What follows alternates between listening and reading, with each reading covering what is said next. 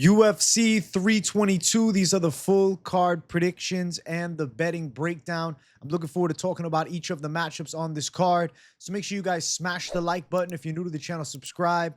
Turn the post notifications on and make sure you share the video too. And also note, Fight Companion, Saturday, 6 p.m. Eastern time. I'll be live for the entire card. Don't miss the show. And let's get into the first fight of the night. Vyacheslav Borshchev versus Matheus Camilo. I like Camilo's chances a lot in this spot. He's got the better grappling skills. Younger guy with a lot of potential. I was picking him against El Salwadi, and I thought he was going to go out there and probably have a solid performance. His striking game is legit with the Muay Thai, Brazilian-esque Muay Thai, but also has a real submission threat that he brings here. Against Vyacheslav Borshchev, who's always been mediocre on the ground. The knock on Slava Claus, the grappling skills. And they've gotten better, I guess you could say, but it's like with a minuscule margin. It's not like he's made great leaps, and he's training at Team Alpha Male. It's not like Slava Claus isn't training grappling. He just doesn't have a knack for it. I think that Camilo is going to have a massive advantage when it comes to the wrestling and when it comes to the grappling on the floor and the submission threats, submission grappling specifically, looking for the finish by sub. I think Camilo is very live to tap out Slava Claus in this one. And I got to give some flowers to Slava Claus. He has a good stand-up game, good kickboxer, big power in his hands, nasty body kicks. Slava's actually got pretty decent punch combinations and range. And if you sit in the pocket with him and slug, he's got the power to put away, I don't want to say anybody at 155, but a lot of guys at 155. Of course, he's fallen upon hard times. He's got 2 losses in a row, got ran over by Terrence McKinney, and he kind of got the grappling skills exploited once again by McKinney. Yes, Terrence McKinney is pretty good on the ground, but I see McKinney running him over with ease. I'm like, I think a prospect with Camilo's athleticism and jiu-jitsu skill set runs him over on the ground too. Fight before that, got out kickboxed and outworked by Tom Nolan, who's a quality striker. I think Camilo's got more of a grappling threat than him. Then the recent win, that split decision with James Yontop. Yontop is actually kind of tricky. It's not terrible to have a split decision against him. He gave Hoofy a tough 3rd round. He's a, gritty type of brawler. Granted, he missed a ton of weight for the Hoofy fight, but he's a gritty brawler, and he's striking based. And Slava Claus was able to get past him, but I don't think outside of stand-up, there's much to the Slava Claus game. And I think Camilo, as far as being an MMA fighter, just has more of the skill set shirt up. And he's only 24. He's really young. And I think that there's a lot of upside to the 24-year-old here. And I'm surprised at the odds. Minus 165 from Matheus Camilo. He opened up as an underdog at plus 110. I am in a bit of awestruck shock at the odds. Under 2.5, minus 160. I'll anticipate yes on the finish. I really don't understand why Slava Claus is the favorite in this fight. 33 years old. We've seen probably the best that he's put together. And you know what? You can say, oh, but Camilo lost the debut. Gabe Green, former welterweight, tricky veteran, good everywhere, specifically on the ground, able to get a comeback submission after Camilo had him in the deep triangle. Camilo's grappling skills are going to be too much for Slava Claus, and he should close the show out with a nice submission win here. I think he can definitely wrestle in this spot, get to top position, beat Slava Claus up a bit, wear him down, pass the guard, get to half guard and shoot for an arm triangle. Get to mount, force Slava to give up his back and strangle him. Or if he wants to, Matheus Camilo could jump a freaking mounted triangle and tap Slava out with that. I really feel like when it goes to the floor, there is a massive disparity in skill.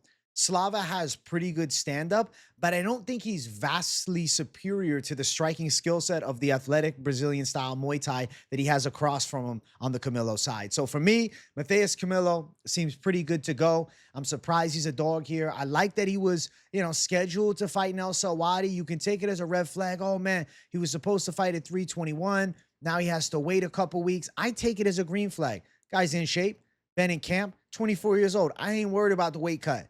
I think he's going to go out and handle Slava Claus. And I actually think Slava's probably an easier fight on paper than the El Salwadi fight was for him. So liking this matchup a lot and liking the side of Matheus Camilo. I'm picking him by submission. Next fight, Chepe Mariscal versus Pat Sabatini. It feels like a coin flip. This is a rematch. They fought back in 2018 to a close split decision. I think we could be looking at another close one. I feel like I'm flip-flopping with the pick all over the place, trying to settle myself right now. I think Pat Sabatini is better than him at grappling, and I think Pat Sabatini is better at wrestling. I know that Chepe Mariscal is relentless, does not stop. He's going to scramble out of positions. He's going to keep on keeping on. He's going to end up finding a way in top position on his own. But is that enough to pass the Pat Sabatini test, who against Brito looked incredible? Oh, I hate making you guys wait on the pick. It's just because I'm sitting here in a bit of a emotional dilemma. I'm tormented early on this card. My God. Second fight of the night, and I'm twisted and going back and forth with myself. I think I'm going to say Pat Sabatini avenges the loss. I think I'm going to say Pat Sabatini pulls it off with the wrestling. I think Pat Sabatini should be able to control Chepe Mariscal and end up on top more often than Chepe finds a reversal and hits a switch of position. Chepe, he's the relentless pressure style, but he doesn't offer much punching power. It's more aggressive volume blitzes into close range striking, into takedowns. Mid and long range, he's not very good. But to be fair, he's fighting a guy in Pat Sabatini who's not very good from the mid and long range either. Sabatini is very much an in-your-face pressure grappler with high-level jiu-jitsu. He's been competing in grappling and winning as of late. He's a smothering pressure fighter with a good top game. He bodied Brito pretty impressively and completely neutralized him. And Brito, he's not a guy that's, easy to bully on the ground like that. I feel like we got to look at that Pat Sabatini Brito win as a big W in the fucking hat for him. Like, that's a massive performance to go out and dominate Joanderson and Brito. Fight before that, buzzsaws through Jonathan Pierce and strangled him. So he's got 2 straight pretty impressive wins, with the most recent loss to Diego Lopez, who's top 3 in the weight class. I think Chepe Mariscal's winning streak is nice. Okay, he's been putting it on people in the UFC. But like, when you look deeper with the magnifying glass and you look, okay, a decision against Ricardo Ramos, he looked okay. He outworked Ramos. And Ramos is kind of a scrub. And look what Ramos did against Con Ofli. Maybe he threw that fight against Con Ofli at this point, I don't know. I felt like Ramos did kind of give up the back position easy, but I'm not trying to be Mr. Conspiracy on the damn video. Just a thought that crossed my mind watching that back after the Dolgarian situation. Regardless, Chepe beat him by a decision, beat Damon Jackson by a decision. Jackson has a fluky knockout win over Sabatini a few years ago, but it ain't MMA math worthy. Scrambling performance and outworks him. Yes, Chepe did well. Morgan Charrier split decision, close, could have ended up going either way, really. Jack Jenkins, the arm break, and then the Trevor Peek win. I feel like a Pat Sabatini victory over Brito weighs a lot to me. And I have to favor his improvements over the past, 7-ish years since they last fought back in 2018 as the difference maker. I think Pat Sabatini can showcase better wrestling this time out. He gave Chepe Mariscal position in that second round, which, cost him the second and then ended up costing him the fight in a toss-up third round. I think Sabatini is able to out-grapple Chepe more precisely this time. I'm sure there's going to be competitive moments. I think both guys, obviously, they're going to prove, hey, that wasn't no fluke split decision on Chepe's side. And Sabatini's like, nah, I should have got you then, and I'm getting you now. So I like the rematch between the two. I think it's happening at the perfect time. I think Sabatini is the more proficient grappler between the two of them. I think he's better at wrestling, and I think his positional control, specifically the pins, are going to be a superior asset to the Chepe Mariscal scrambling ability. Not that Chepe won't have moments. I think it's a close fight. I think Pat Sabatini probably gets this one on the judges' scorecards. In a competitive decision, I think he should neutralize the Chepe chaos with his ground skills. And I look forward to seeing how Chepe deals with this version of Sabatini. Minus 135 for Sabatini, Chepe at plus 115. I don't think Chepe Mariscal is a terrible underdog. At the end of the day, he's close money as a dog. I think he's live to pull this out at plus 115. There's not some blow in the water fight. Sabatini is the slight favorite. Over 2.5 at minus 180. I think they're probably going into the later stages. If there is a finish, I favor it on the Sabatini side to find the neck of Chepe Mariscal. But more often than not, I think it's a scrambling, pressure-based, wrestling, grappling, heavy fight where both guys are having moments, but Sabatini's positional control should be the key difference maker between the two.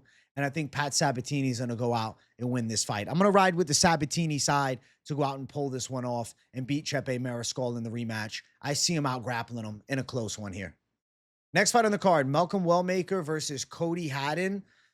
I like Malcolm Wellmaker. He was scheduled to fight Surrey City. Cody Haddon is stepping in on short notice, and respect to Haddon taking this fight on short notice. He's a good prospect. Cody Haddon, he hasn't fought in a little while now. He's been off for a year. Beat Dan Argueta by a decision last time. Steps into a spot against a really highly touted prospect at 135 and Malcolm Wellmaker.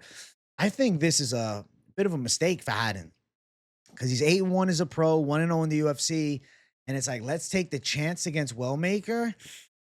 The worry for me with Haddon is the pressure striking at times leaves vulnerabilities with overextension on shots and an over willingness to engage with like snapping hook combinations to the body and head. So yes, he's going to look to walk you down, but leaves the head available at points. And when you have Malcolm Wellmaker throwing big punches at you, finding your P's and Q's defensively kind of has to be priority number one. He's got the God-given gift of power.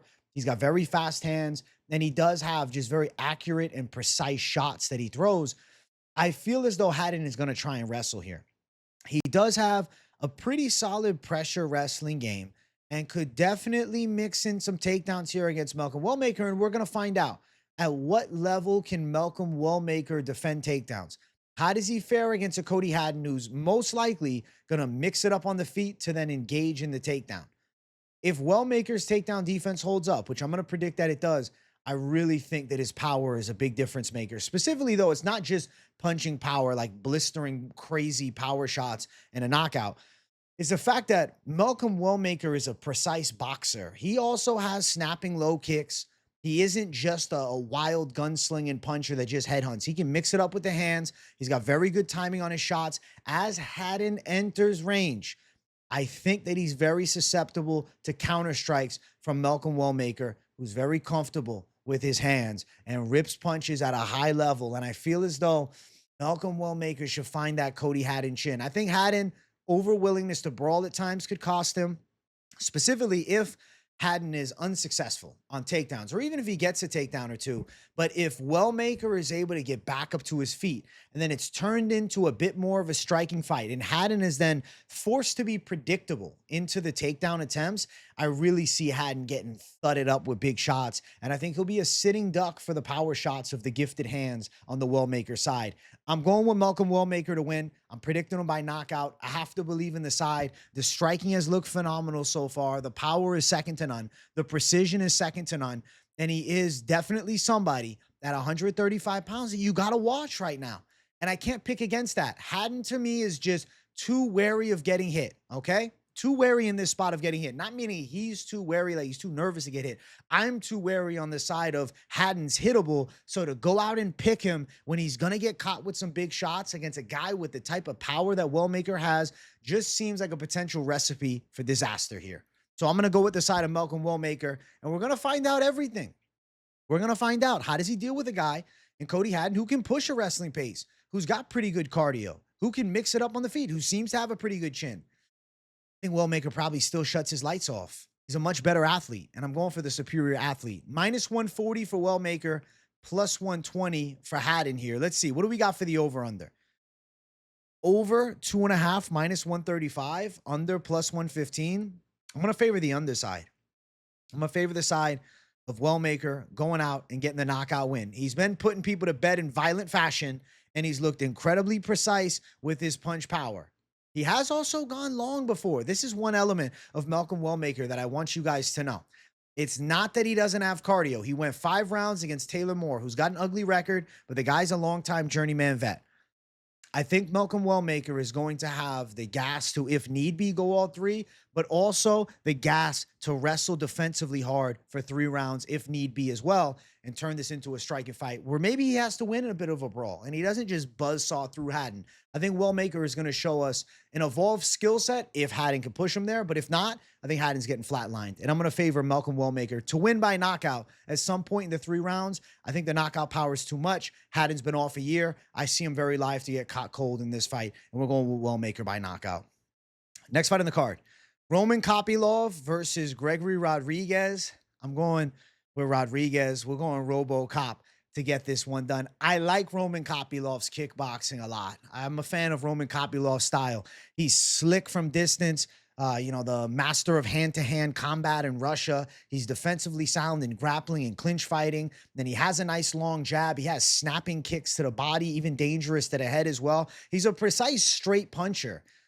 The problem is he is dealing with a behemoth of a middleweight. Gregory Rodrigues easily could be a light heavyweight. Gregory Rodrigues has nasty forward pressure. He closes the gap and throws big shots with devastating consequence whenever he lands. Ask Jack Hermanson, who's a guy that's pretty good at 85, now cutting to 170 and fighting at UFC Qatar, but a guy that was well respected, a guy that dealt with Joe Pyfer's big power on the feet. Gregory Rodrigues violently separated him from consciousness in his most recent fight. Even Gregory Rodrigues' loss to Jared Cannonier, he had Cannonier hurt badly multiple times in the fight. Later stage fight, ends up gassing, ends up getting stopped. I think the RoboCop evolution is upon us, and I do believe he's gotten better since the Cannonier fight. I do feel as though his power is a serious problem for Kopylov, but it's not just the power with the punch. It's the potential to clinch, control, and maybe mix in takedowns if need be. Gregory Rodrigues has high-level grappling, and he does have nasty ground and pound to go alongside of it. Roman Kopylov is fairly sound defensively from a grappling standpoint, but even the potential threat of the clinch work and the ground skills from a physical specimen like Gregory Rodrigues give me woes on the Kopylov side. I think RoboCop is going to get in the red zone. When we're talking punching range, Roman Kopylov is going to get caught with shots over the top. And I think it's going to be incredibly difficult for Kopylov to keep Rodrigues at the end of that long jab, teeps to the body and stay moving, specifically because he's also the shorter guy. Even though the reach is identical between the two, RoboCop, taller, naturally larger, physically stronger, and a harder hitter. We've seen Rodrigues knocked out a couple times in his UFC career.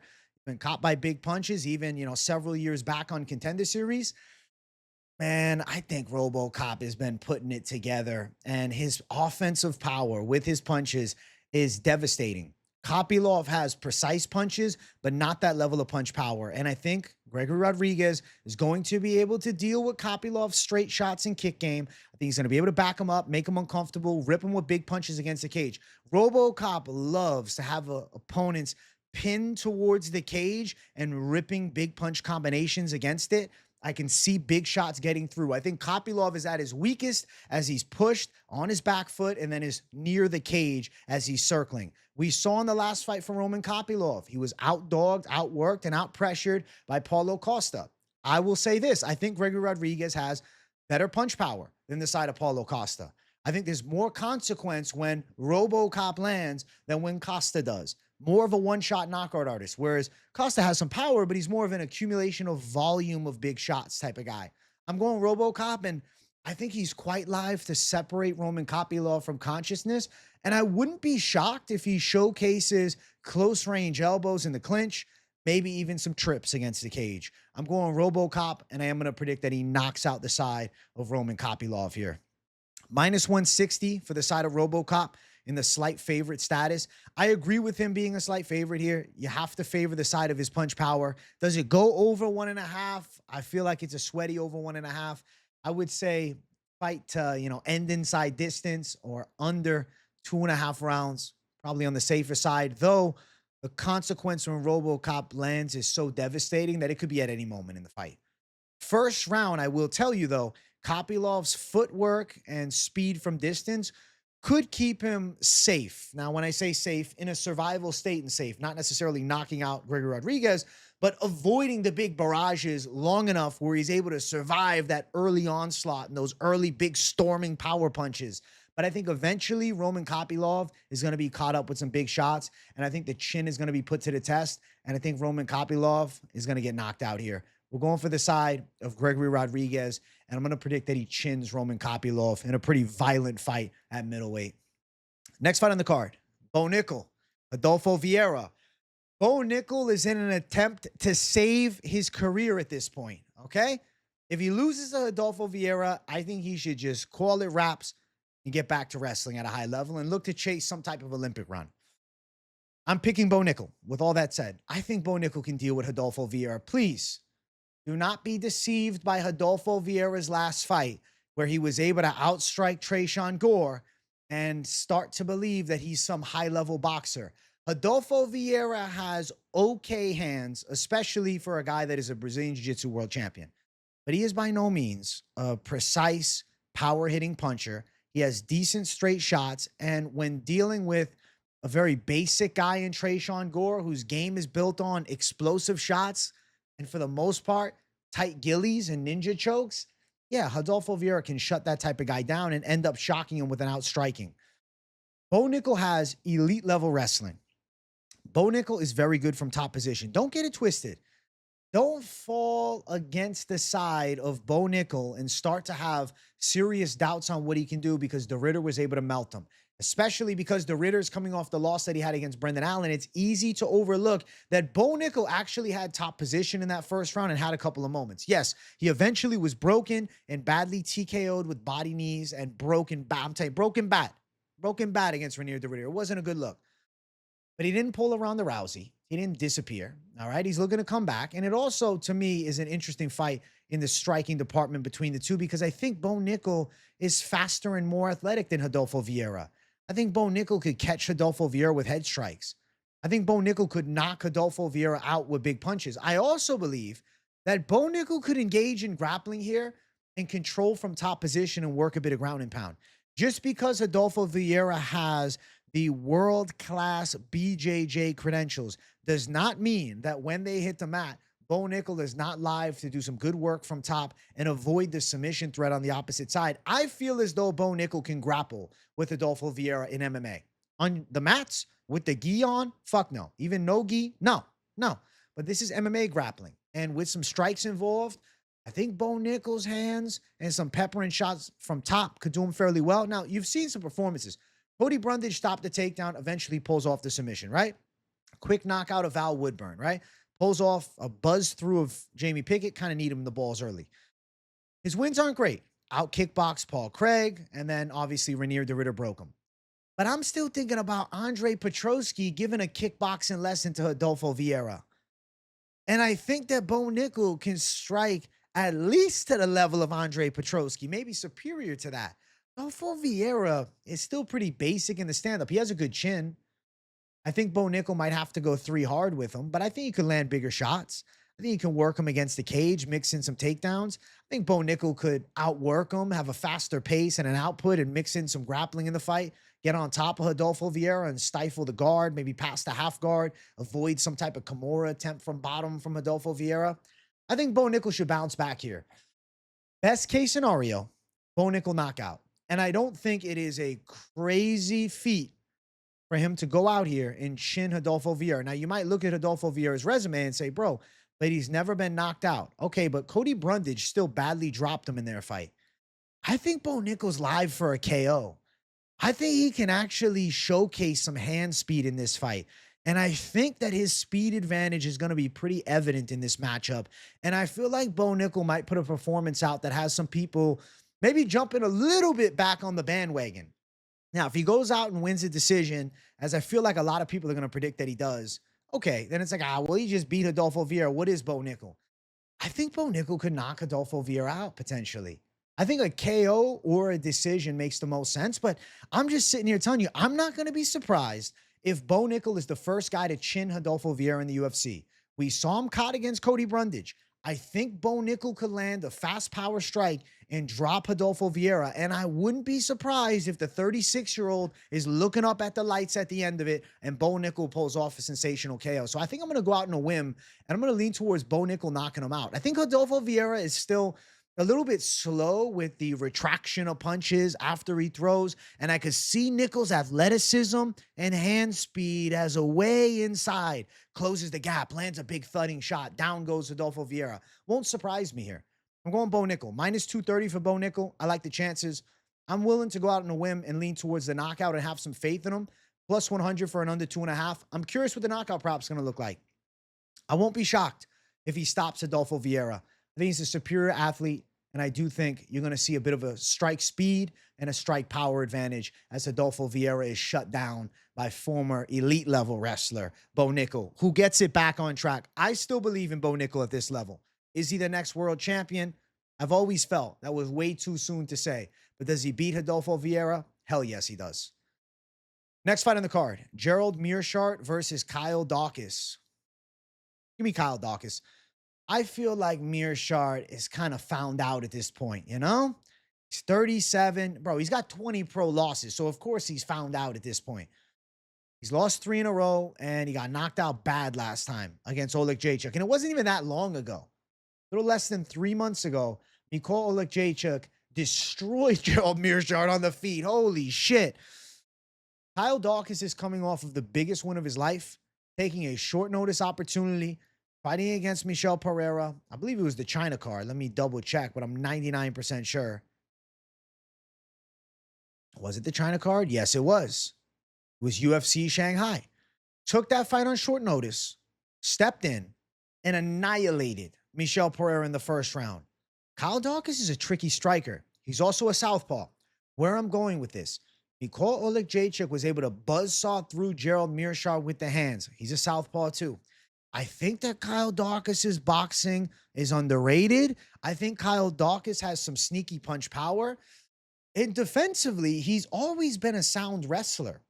I feel as though Gerald Meerschaert's takedown game is pretty mid. He has very like jiu-jitsu takedowns, you know? Tries to force them, but really doesn't have a knack at getting people down.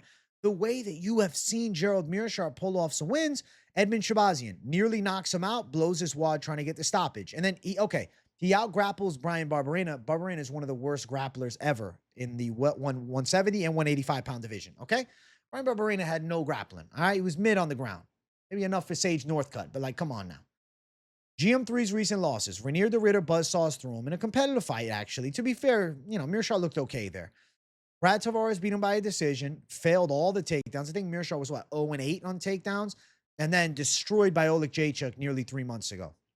I think Kyle Daukaus is en route to pulling off a violent KO as well. I think Kyle Daukaus is going to look good in this fight. I think Kyle Daukaus is going to showcase the hands and showcase the improvements. He's 32, he's tall and lanky at 6'3", 76-inch reach, but kind of a narrow build, so it's like all arm length. I think he's boxing up Gerald Meerschaert. And I think Meerschaert's live to get chinned again, man. I feel like the time to fade GM3, I feel like it's now. Of course, many will be tempted to go GM3 underdog. And I get why. Gerald Meerschaert's submission game is crazy good. He's got a shitload of wins by sub, but he also has losses by sub.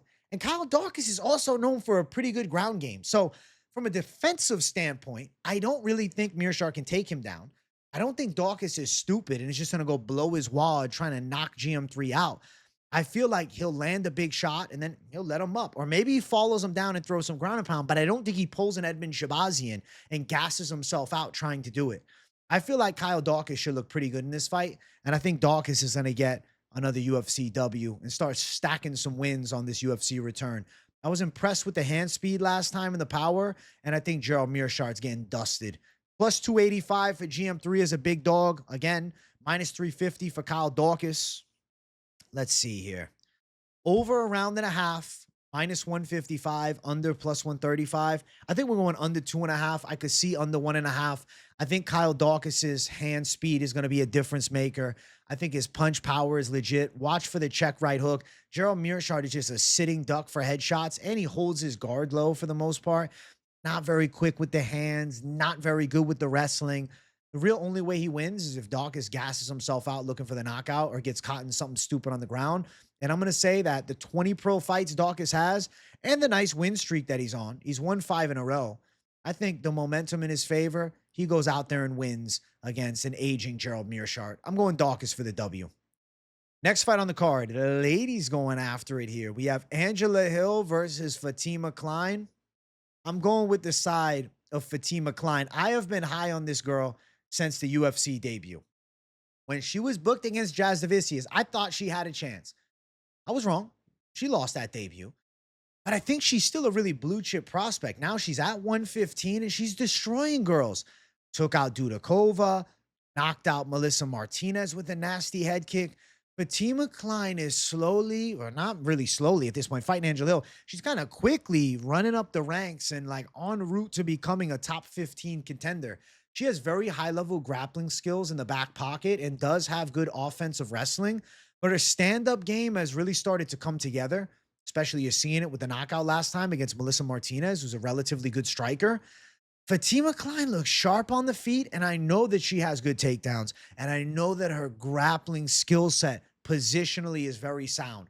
Quick in transition, defensively sound on the offensive transitions on the opposite front, especially from like bottom position. Angela Hill trying to retain guard or hit a reversal. I see Fatima Kline passing that guard. I see Fatima Kline getting to a half guard. I think there's a high caliber chance she gets to a side control. Angela Hill ends up in some type of over-under position, and potentially Fatima Kline is on a neck. Potentially Fatima Kline is wrapped on her back looking for a rear naked strangle. Angela Hill's fought everybody. Angela Hill is an OG gatekeeper, and Angela Hill is a legend of women's MMA. She's a high-volume striker who's pretty good in all areas. I think where she struggles is the defensive grappling and with the young fighter's pace. 15-year age disparity between the two is something that really stands out. And I just think it's Fatima Kline's time. I think she takes out the old guard. I felt like Kline was a prospect coming in, and I really feel like now with 2 UFC wins under her belt, getting the big chance here against Angela Hill in her home state of New York, I think we're going to see Fatima Kline get that hand raised. I'm going to predict that she goes out, probably wins a hard-fought decision. I think Angela Hill could have some striking moments with volume. I think she could have some defensive grappling moments. But I see a vision of a frustrated Angela Hill under Fatima Kline, potentially with her back taken, potentially getting some submission attempts against her. I could see Fatima Kline closing the show with a rear naked strangle. I could see her closing the show with a ghillie. But I could also see her shutting down the high-level skills of Angela Hill and outworking her over a 3-round fight. You have to also take into consideration, Fatima Kline's actually a pretty good-sized women's strawweight. 5'6" to 5'3", 67-inch reach is 64.5. Coming into this fight with that size and length advantage, there are elements that I like, especially for a Fatima Kline that is starting to show some pretty good stand-up. Granted, Melissa Martinez is not Angela Hill. But I still look at that and say, okay, but Martinez is a lifetime martial artist whose primary skill set is like karate style striking. And for Kline to knock her out with a head kick, that's a big deal to me.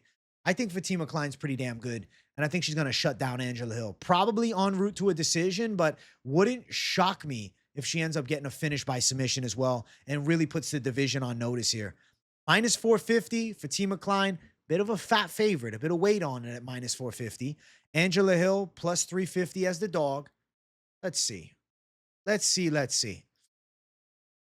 Over 2.5 minus 350. Probably a decision. Angela Hill is incredibly hard to stop. Though Fatima Kline has high-level ground skills, Angela Hill's defensive abilities in grappling are pretty high caliber. I favor the side of Fatima Kline, outworking her, out-grappling her, and just out-dogging her over a 3-round fight and becoming a top-level contender with a win over the old guard. So Fatima Kline to get the biggest win of her life this Saturday is going to be my prediction here. Next fight on the card, it's Beisinger Susurkaev versus Eric McConico. This should be one-way traffic. This should be showcase fight. Beisinger Susurkaev is 1,000% in the UFC's good graces. Yes, I'm picking him to win, obviously. 10-0 as a pro. Really made a splash on Contender Series nearly 3 months ago. I picked him to win against Talha, went out and destroyed him. I thought he was a lock on that card. And the odds were kind of close at the start. By the time the fight began, they were wide because everybody found out, oh shit, Susurkaev is a problem. Okay? Buddy of Khamzat Chimaev, Chechnya Savage game. Like, come on. Beisinger Susurkaev is really good. Really good, really good, really good in all areas, man. He's, guy who's trained with Hamzat and a friend of Hamzat and has Hamzat's approval. I think Susurkaev's stand-up is sharp. Good distance kickboxing, nice teeps to the body, good straight shots, good punch combinations in close range, good wrestling skills. Some people will judge him because Eric Nolan hit him with some big shots in round one. But I want you to look at this, okay? He took the fight Tuesday and he fought again on Saturday. So maybe we didn't see the best possible Beisinger Susurkaev in his UFC debut, and he still went out and destroyed a pretty dangerous guy in Eric Nolan. I think Eric McConico is toast, okay? Lost the UFC debut by knockout to Nursultan Rizziboyev. I thought it was a bad decision at the time, but ended up winning a decision against Cody Brundage, a split decision. I think Susurkaev should be of a different caliber here. Definitely going to have the striking advantage. To say it bluntly, McConico's a basic fighter. He comes with pressure. He's got some power in his hands. He can wrestle a little bit. He throws big shots in range. He likes to flurry shots as he puts his opponent on the back foot and gets him close to the cage. Has decent hooks. Sure, he's got, I guess, a bit of power in his hands, and he's got some ground skills. I mean, he's got some wins. He beat Maki Pitolo, right? He beat some okay guys. He can grapple a bit on the ground. Comes out of MMA Lab, which is a good gym. But I think Beisinger Susurkaev has legit top 15, top 10 potential, whereas McConico at 35 years old, he is in this spot as an opponent, all right? 10-3-1 versus 10-0 with, the 10-year or, a little bit less than 11-year age difference between the two. I think Susurkaev is going to put on a showcase, and I think he probably violently chins Eric McConico, and I think the stock Saturday for Susurkaev is going to jump even more. I feel like it's high right now, but the debut, it was a few days notice after the Contender Series win, and he did get caught pretty bad. So people were like, oh, maybe not with this guy. I'm telling you, yes, you're going to see it. I had 2 weight cuts back-to-back. Trust me.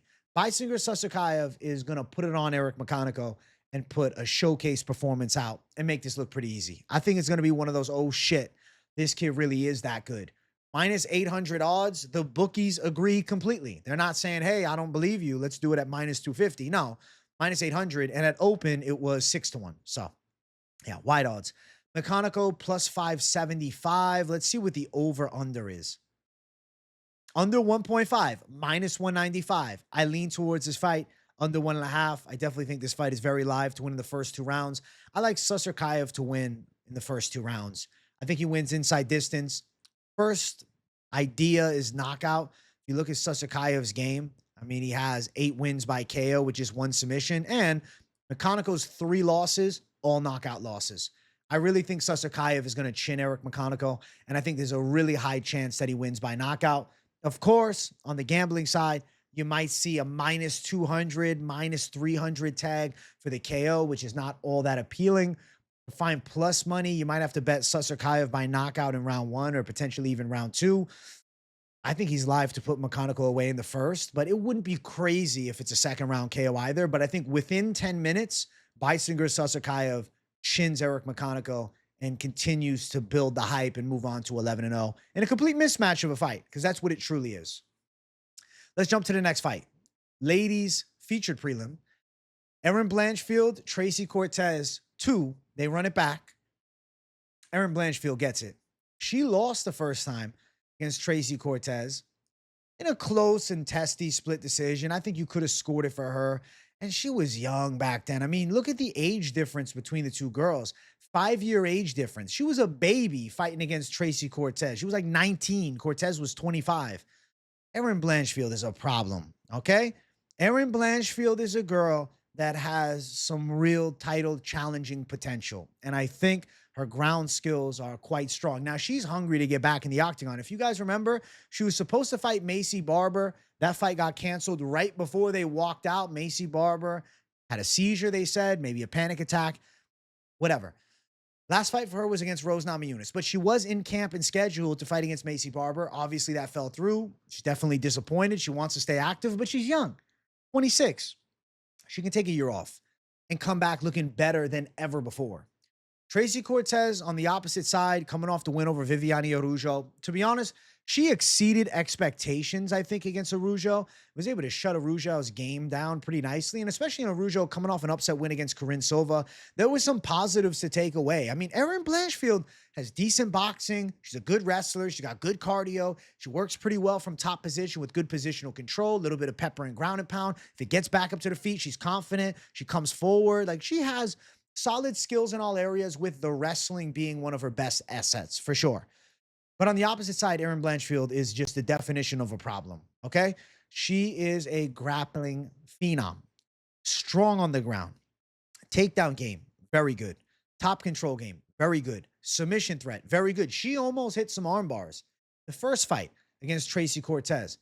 I could see Erin Blanchfield looking to take that arm home this time. I really think we are going to see a pissed off Erin Blanchfield this Saturday. Macy Barber fight fell through, screwed her over of getting back in the mix. Now she's fighting a girl that got a testy split decision against her when she was 19. Tracy Cortez should be terrified. Tracy Cortez should be fucking terrified. Erin Blanchfield is better in the area where Tracy Cortez normally has the advantage, which is the wrestling. Erin Blanchfield can maul her on the ground, especially now. And I think Erin Blanchfield is live to pull off a submission as well in this fight. I don't think it's crazy. I mean, yeah, she's won some decisions in her most recent fights, but a lot of the times, I mean, Blanchfield's style is to find the kill. And I feel like Tracy Cortez would get ran over. Now, Blanchfield by decision makes a lot of sense. I'm not pushing against it. I'm not saying she's definitely going out and winning by submission. I think submission or a decision are both sensible calls for the side of Erin Blanchfield. But I definitely believe that Erin Blanchfield on the ground at jiu-jitsu specifically and wrestling, I think she's going to be a lot better than Tracy Cortez. I think she's going to take Tracy Cortez down.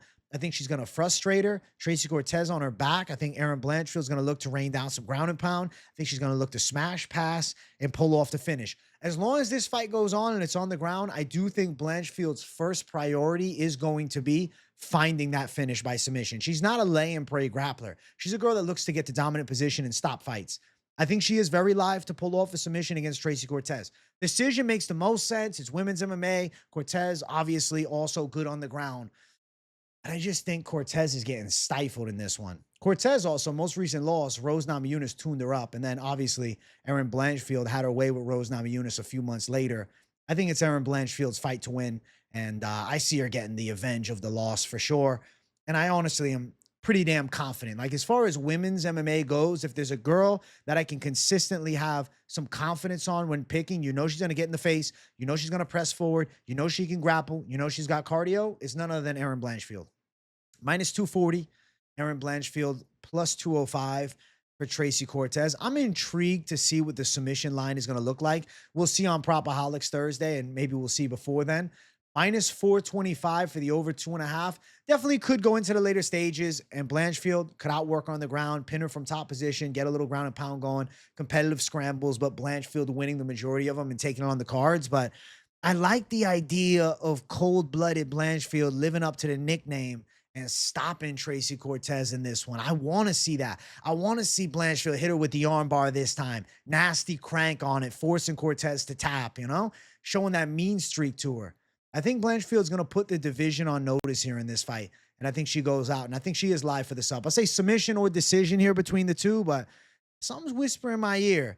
Blanchfield is looking for a limb or potentially a neck to take home a trophy with her besides just a victory. So Blanchfield to get it done is the side that I'm feeling. Let's jump to the main card. If you guys haven't yet, make sure you smash that like button. If you're new to the channel, make sure you subscribe it up. We got Sean Brady versus Michael Morales. Nail biter fight. Oh my. I'm going with Michael Morales to beat Sean Brady. I really think this is a tough matchup for the side of Sean Brady. I know some of you might be saying, oh, but it's a tough matchup for Morales too. Yes. But the reason I like Morales is he comes from an Ecuadorian wrestling base. For some reason, some of you guys don't know Ecuador actually has pretty good wrestling. Michael Morales is defensively sound in wrestling. Michael Morales' base of his game is then wrestling, and now he's turned into this high-level striker.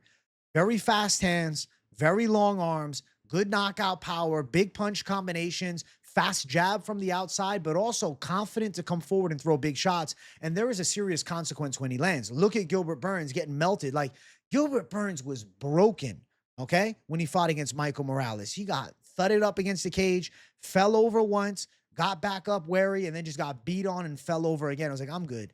This guy's too ferocious for me. I think that Michael Morales' boxing is too smooth for Sean Brady.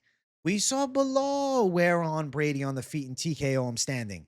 And you look at Sean Brady, he's got monstrous grappling. I mean, his jiu-jitsu game is incredible. His wrestling game is really strong. When Sean Brady is in top position, it is a pleasure to watch because he has true high-level MMA BJJ skills. Submission threat is definitely there against a vast majority of the weight class. Coming off a win against former world champ Leon Edwards, beat him better than Belal did. Broke Leon. He buzzsawed through him. He embarrassed Leon in his home country. But man, Michael Morales is just a different beast at 26. Got those long arms, 79-inch reach. Coming into this fight with a nice 7.5-inch reach advantage. 6.5-inch reach advantage.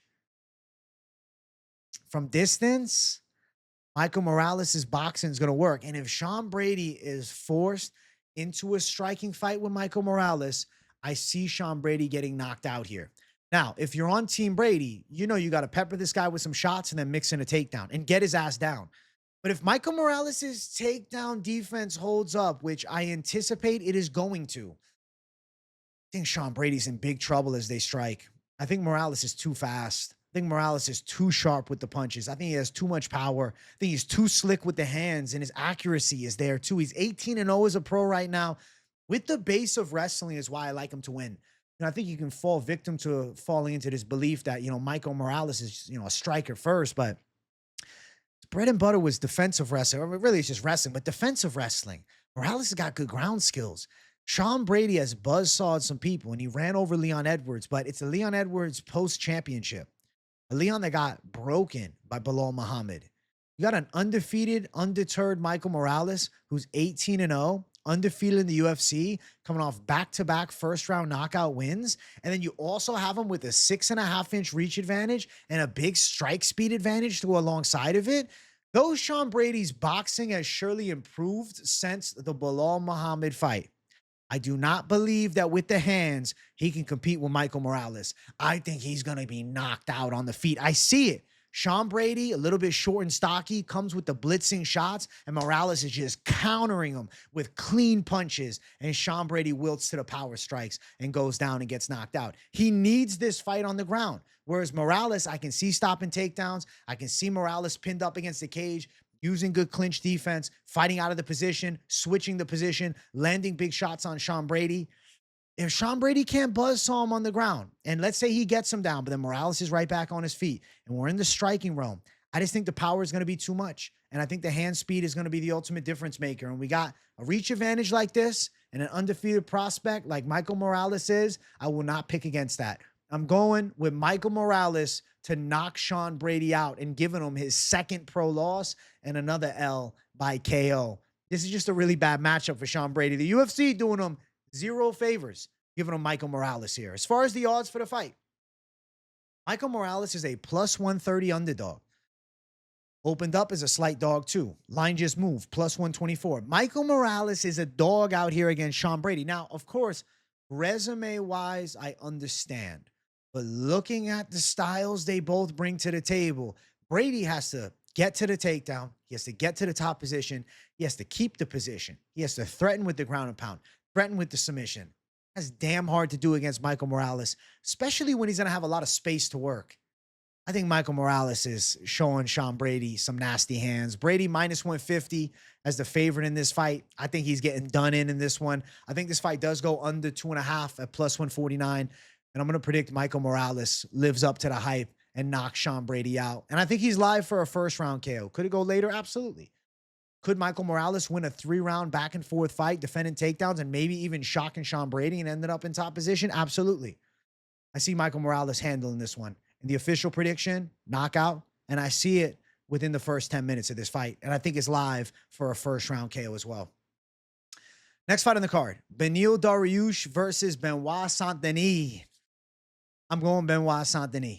Okay? I think BSD can pass the Neil Dariush test. I have to say, BSD earned a lot of respect from me, completely shutting down the most hyped up prospect at 155 in Mauricio Hoofy and making him quit. Okay?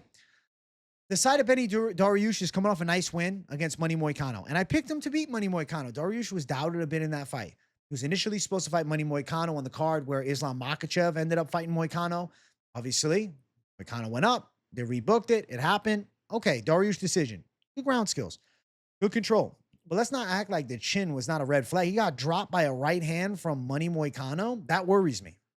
Now, you might be saying to yourself, oh, well, Benoit Saint Denis was losing to Money Moicano, and he lost to Money Moicano by a doctor stoppage. True. And I locked Money Moicano as a big underdog against Benoit Saint Denis as the Savage Dog lock that week.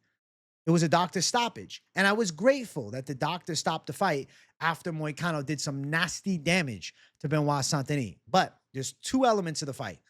If not for the doctor stoppage, Benoit was still coming forward, and he was starting to connect on Money Moicano.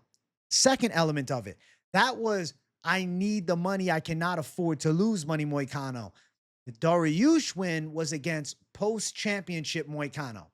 Not to say the motivations were gone, but I think there's an element to it that it wasn't the same Money Moicano when he didn't need to win, when he could afford to lose. I think Benoit Saint Denis is in that position where he can't afford to lose right now. 29 years old coming into his prime versus 36-year-old Beneil Dariush coming out of his prime. Beneil Dariush has very tactical grappling skills, high-level BJJ, and he's a good wrestler. And he can chain wrestle, and he can control from top. And he also can mix it up in the striking department. Benoit Saint Denis is not necessarily a tactician when it comes to stand-up. And Dariush has pretty good boxing. The problem is with Dariush, punch resistance, and a guy with a dirty boxing, pressure-based, dog-tough style who just doesn't stop. That's worrisome for the Dariush side. I think Benoit Saint Denis is going to knock Beneil Dariush out. You have to watch for the BSD red zone punches. Close range, ripping big flurries, wild flurries, trying to bait Dariush into a brawl, which he has obliged in the past. And, you know, we saw it go well against Drakkar Close, but we've seen Beneil Dariush knocked out. He's been dropped in his past 3 fights, but also 2 of those recent 3 fights, he was violently knocked out in. I still have red flags around the chin of Beneil Dariush. And yes, he passed the Money Moicano test, but Money Moicano's skill set is grappling first. He's not known for the big power, and still Dariush was hurt bad by a big straight shot in the first round. I think Benoit Saint Denis is going to be able to overwhelm Beneil Dariush. I think he's going to rip him with big shots in the close range, expect dirty elbows on the inside, and I think Benoit Saint Denis is going to stop Beneil Dariush. I'm going knockout win for Beneil Dariush in this one. I think he's putting, excuse me, I'm going knockout win for Benoit Saint Denis. Let's say Beneil Dariush, my God. Knock on wood, hold on. I'm going knockout win for Benoit Saint Denis. I think he's putting Beneil Dariush out in this one. I'm feeling the BSD side to go out and get it done. Let's look at the lines for this fight here. Beneil Dariush is a plus 155 dog. I think he should be the dog, dealing with the damn Benoit Saint Denis on the come up, looking to run through people, never wilting, never quitting, consistently coming forward. I think that's just a tough style for the side of Beneil. And I think BSD is on the running up. Minus 180 for Benoit Saint Denis. I think it makes sense. He's a bit of a favorite. I like the chance of him pulling off the stoppage. I like the chance of him pulling off the knockout. I love if we can see an over 1.5. Let's see what the over 1.5 looks like. Let's load it up here. Over 1.5 rounds, minus 185, under plus 161. I think this fight ends inside the distance. I think BSD is definitely live for the stoppage. It could end up over the 1.5. It could end up under. I feel like this is coin flip, but I like BSD to TKO him. I think BSD by knockout makes a lot of sense here. Obviously, inside distance is a smarter play because what if he rocks Beneil Dariush and then he sees the opportunity for a neck and he wants to strangle a guy known for high-level jiu-jitsu skills? Possibility. Benoit Saint Denis to get this thing done by finish, and first method call, which I think is going to happen, is a knockout win. Benoit Saint Denis to get this one. He takes out Beneil Dariush here. Next fight. Featured fight of the night. Leon Edwards versus Carlos Prates.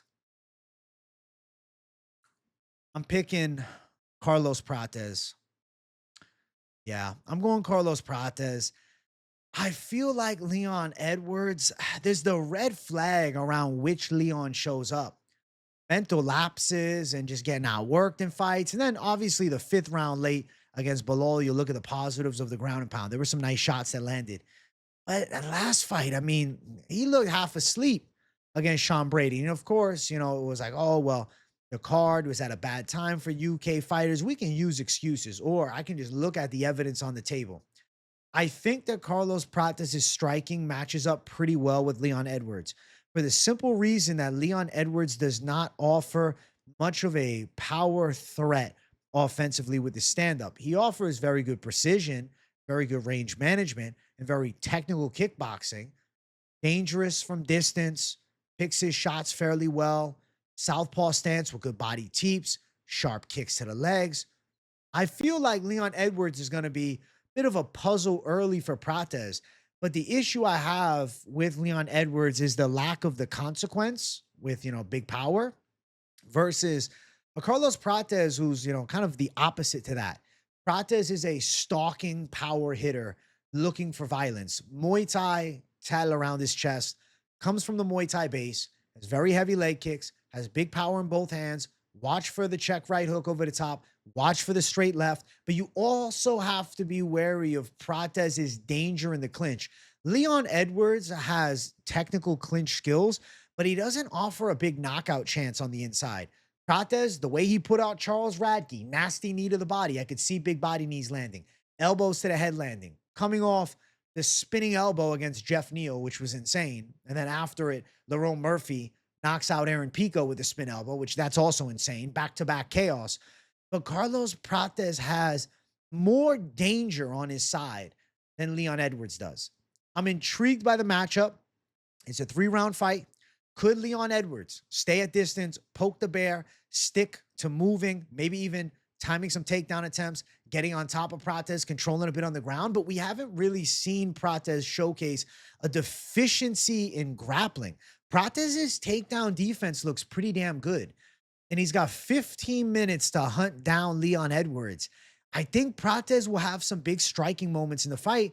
And I really feel like with Leon Edwards is kind of like, though he's still young at 34, it's not like he's 40 years old. It seems like this is the transition of the downward trend of his career. The past 2 fights, getting outdogged by Bilal and then badly outdogged by Sean Brady. Granted, 2 guys bringing wrestling threats. But when's the last time he fought a power hitter like Prates who has such terrifying stand-up? I mean, if you look, the Nate Diaz fight, right? Picks his shots. Tactical. Got rocked late in the fight by a straight shot from Nate Diaz, who's also a southpaw, right? Okay. Years back, where's the striker with the terrifying power? Oh, well, Albert Tumanov was pretty good on the feet. That's 2016. Where is it? Where? Leon Edwards hasn't fought a guy with terrifying power like this. And I think the Leon Edwards chin could be put to the test. We saw a big straight shot land for Nate Diaz in round 5 and nearly put Leon Edwards out. I feel as though Carlos Prates could be live to land some big shots and put Leon Edwards out. I think I'm going Prates by knockout. I feel like he's live to get the stoppage here, and I can see him putting together some big shots. Leon is a tactician, and they're going to have more of a chess match style game plan, whereas Carlos Prates is more of the destroyer of worlds, looking to close that gap, looking to do serious damage, and violence is, first on his mind. Where Edwards, more of the tactical style. I think the violence of Prates can get to Edwards, and I can see him stung by big shots. Even in his loss to Ian Gary, he nearly stopped Ian Gary in that 5th round. And also, for a cigarette smoker, Carlos Prates has surprisingly good cardio. I'll pop in the Zin dedicated for Prates in this one here as we look at the odds. Prates is a 2-1 favorite. All right. At open, he was a plus 140 dog, so line is switched. Plus 170 for Leon Edwards here. I do think there's a real possibility of a KO. Under 2.5 plus 130. I'm curious what a fight ends in round 2, or rather, no, a fight starts round 2. I'm curious what that line is. We'll look throughout the week. Over, under. I am leaning towards the Prates violent side. It wouldn't blow my mind if they went all three and Prates actually chopped at Leon a bit, caught him with some heavy calf kicks. So an element of this fight that I want you guys to remember with, a southpaw battle, that calf kick is now available to Prates. Prates has a more devastating kick than the side of Leon Edwards. Like every strike Prates throws comes with a lot more of a consequence as opposed to the contrary with Leon Edwards. So I favor the side of danger and damage on Carlos Prates as opposed to the tactical kickboxing style. And it's not like Prates also doesn't have fire technique. The guy comes from a base of Muay Thai and he has very high level technical striking skills with the violence factor. I'm going Prates for the KO. Next fight, co-main event of the evening for the women's flyweight belt, Valentina Shevchenko versus Weili Zhang. I got to go with my initial instinct. I think Weili Zhang's live to pull this one off, guys. I think I'm going to pick Weili. I was flip-flopping a little bit earlier today. I was like, well, Shevchenko, what if she can use her size and wrestle? Then I'm like, Weili at 125, coming up from 115. She's going to be so fast. Valentina Shevchenko has not dealt with such a little speedy fighter like Weili. It's not like Weili is small either. She's 5'4" for Shevchenko at 5'5", but she's the fastest girl that Valentina's fought in a while. And Weili has been pretty notable in grappling offense and defense. She's used her wrestling to outwork girls in recent fights at 115. And sure, Tatiana Suarez had some moments, with Weili Zhang on the ground early in the fight, but it's not like Weili didn't get a reversal, get on top, and finish the round strong. So Weili Zhang's game, like defensively, is sound in the wrestling.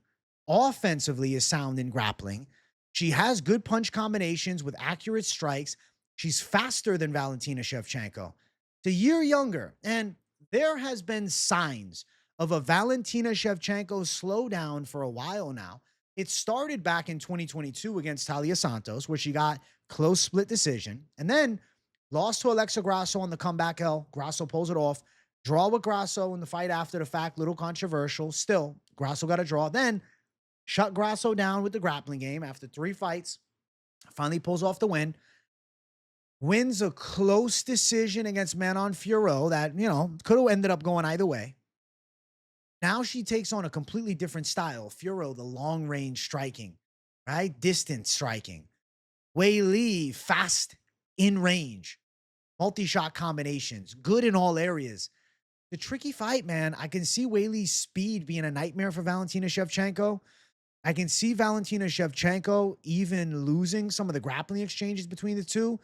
I think it's easy to imagine Valentina being a lot larger than Weili Zhang, but that is a bit of a fallacy that we're playing with in our minds because Weili Zhang is only an inch shorter. She does give up 2.5 inches in reach, but I really want to see how they look at the weigh-ins against one another. I'm curious to see the face-off between the two to get an idea of what the size difference is like. Because Weili Zhang filling out to a 125-pound frame with the speed that she has at 115, this is something Valentina hasn't had to deal with, especially now a 37-year-old Valentina Shevchenko, who seems to start a little slower, who seems to be just a tad bit more hesitant. I have seen Valentina's entire UFC career, and I do think there is evidence of a slight slowdown. Whereas with Weili, I think this has been the best Weili we have ever seen each and every fight as of recent. I feel like Weili Zhang can outwork her to a hard-fought decision. I feel like she can end up becoming the 2-weight champ, and with the win, arguably the greatest female fighter to ever live.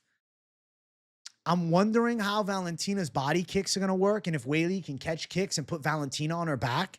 And what happens if Valentina's on her back and then Weili from top position? She's quick, man. Transition speed, control, good submission threat. She should have won by submission against Yan Xiaonan in the first round. I'm very interested in this fight because it is the definition of elite level women's MMA skills. Valentina Shevchenko, incredibly high level kickboxing. Nasty kicker. I mean, in her prime, look at the Jessica I knockout. And you saw violent wins after violent wins. And she does tend to have a wrestling advantage over a lot of these girls. But what about with Weili, who's got a good low center of gravity, who's very light on her feet, who's got the quick striking, who's got the multi-shot combos? Who can test Valentina Shevchenko in the punching range? I think Weili Zhang can end up getting a hand raised by a competitive decision. I think this is a pretty back and forth fight. I think both girls will have moments. I'm very curious to see who wins the battle of takedown. I will not be shocked if Weili Zhang surprises Shevchenko and puts her on her back. I also won't be shocked if Weili Zhang lands some good head strikes on the side of Valentina. Now, I could see Valentina with a good long jab from the outside, a couple heavy body kicks, but as she throws these kicks to the body, I do feel like there's a worry of Valentina getting taken down, of Valentina on her back. She's very defensively sound in grappling, but we've seen girls give her trouble on the ground. Jennifer Maia several years ago. And then you look at Weili Zhang's skill set and you're like, I think Weili could put her in some compromised spots. And I feel like of the dominant grappling positions, one area that stands out to me is Weili Zhang's ability to control the back. So curious to see if Weili can get to that back. We saw Valentina Shevchenko submitted by a rear naked choke against Alexa Grasso some time ago now, but we did see that happen. And Alexa Grasso is a former strawweight as well, who's pretty quick, that it's given Valentina Shevchenko the most trouble at 125 pounds. So I'm going to go with the side of Weili Zhang to pull this one out. It's definitely a coin flip fight. I like Weili's feint game at this point a little bit more. I like Valentina's kicks a little bit more. I feel like I like Weili's speed more. I think Weili in the wrestling department could surprise Shevchenko. I think Shevchenko will also be surprised with Weili Zhang's physical strength. We've seen Weili pick Francis Ngannou up easy. Not trying to say that necessarily translates to her dumping Shevchenko on her head, but Weili Zhang is not like significantly weaker than Shevchenko. If there's a strength advantage for Shevchenko, I think it's minuscule. I want to see the face-off. I want to see the size difference, but I am favoring the side of Weili Zhang. I think she takes home a hard-fought decision in a back-and-forth, high level, like the best of the best level women's MMA can offer right now. This is maybe the most high-level women's MMA fight of all time. And I think Weili Zhang has the tools to get her hand raised and pull off the victory against Valentina Shevchenko and become a two-weight champion. And I do think potentially passes Amanda Nunes in the GOAT conversation for the women's divisions. Let's look at the odds here. Shevchenko, minus 135. Weili, plus 115. What are the odds at open? Weili opening up at minus 140, then shifting to a plus 115 dog. Slight dog status for Weili. Shevchenko at minus 135. I think Shevchenko might be just this much past her prime, whereas Weili is still in the prime. And I think because of that, that small margin of deterioration in the skills and athletic, I'm talking about small, like this small, that could be the difference maker when it comes down to elite versus elite. I'm going to go with the lighter woman's skill in Weili Zhang at plus 115 to win a pretty back and forth fight against Shevchenko. Over 4.5 minus 210. I wouldn't be shocked if Weili gets to her back. I wouldn't be shocked if Weili threatens with the rear naked strangle. Possibility that Weili Zhang pulls off the submission of the damn decade and strangles Valentina Shevchenko here in the most high stakes women's fight we've seen in a long time. This is amazing. So I'm going to go Weili Zhang. Battle of the GOATs right here. And I think Weili's very live to stand tall and become a two-weight world champion. Next fight. It brings us to our main event of the evening. Make sure you guys hit that like button. If you're new to the channel, make sure you subscribe and also hype the video. That's the new thing YouTube is doing. So hype it up for the boy. Jack Della Maddalena versus Islam Makhachev. You guys ready? I'm going Jack Della Maddalena to upset Islam. I think there's so little respect right now on the Jack Della side with the odds as a defending champion to be more than a 2-to-1 favorite. I don't think it makes sense to me, but it's not because of the odds that I'm picking Jack Della. How I look at this fight is 50-50. Forget about the betting lines. How I look at it is the matchup at stake. Jack Della Maddalena is coming off of the best and most impressive performance of his MMA career against Belal Muhammad, who was on a tremendous win streak and is the definition of pressure, okay? Strong wrestling, strong boxing, in your face style, and near limitless cardio. Jack Della Maddalena was not only able to outbox Belal Muhammad, showing the punch combinations at an elite rate, which I rate Jack Della in the top 3 best combination boxers specifically in the UFC right now. It's also the fact that he was incredibly sound at defending, and then not only defending takedowns. I'm happy he was taken down a bit. I'm happy we got to see him on his back a bit against Belal. The get-up game was off the chain as well for Jack Della. Been working with Craig Jones a lot. Craig Jones claims to have the recipe to defeat the Dagestani wrestling style. And I believe that he very well might have it here with Jack Della Maddalena, who on top of the elite level skills is also a freakish athlete. Islam Makhachev is amazing, okay? Islam has pretty quality stand-up, got nasty kicks for sure, decent boxing skills. He's a southpaw, got some power in his hooks. He's got a nice check right hook, hurt Charles Oliveira in their fight. Obviously, dangerous head kick. He knocked out Volkanovski in the rematch with. Granted, it was a short notice Volkanovski. And when you look back at the first fight, it was a competitive first fight. Islam definitely won, but obviously Volkanovski won the heart of the fans as he finished the fight on top, throwing some shots on Islam, and Islam looked exhausted. I'm very interested in seeing how Islam looks at 170 because this is his debut at the weight class, and also how he deals with a high-paced guy in Jack Della Maddalena. You have to look at the Belal fight and take away one substantial element of it.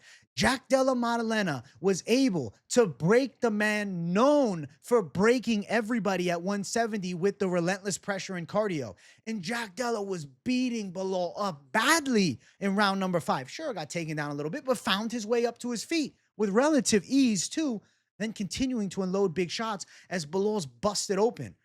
You look at Jack Della against Gilbert Burns, you're going to obsess about the fact that Burns had early success moments in the fight, but then Jack Della found the knockout on the comeback. But you need to look at Jack Della that beat Belal, as this is a better version than what we saw against Belal. Jack Della's 29. Odds are he's just entering his prime now. He wasn't necessarily even in his prime 5.5 months ago, nearly 6 months ago against Belal Muhammad.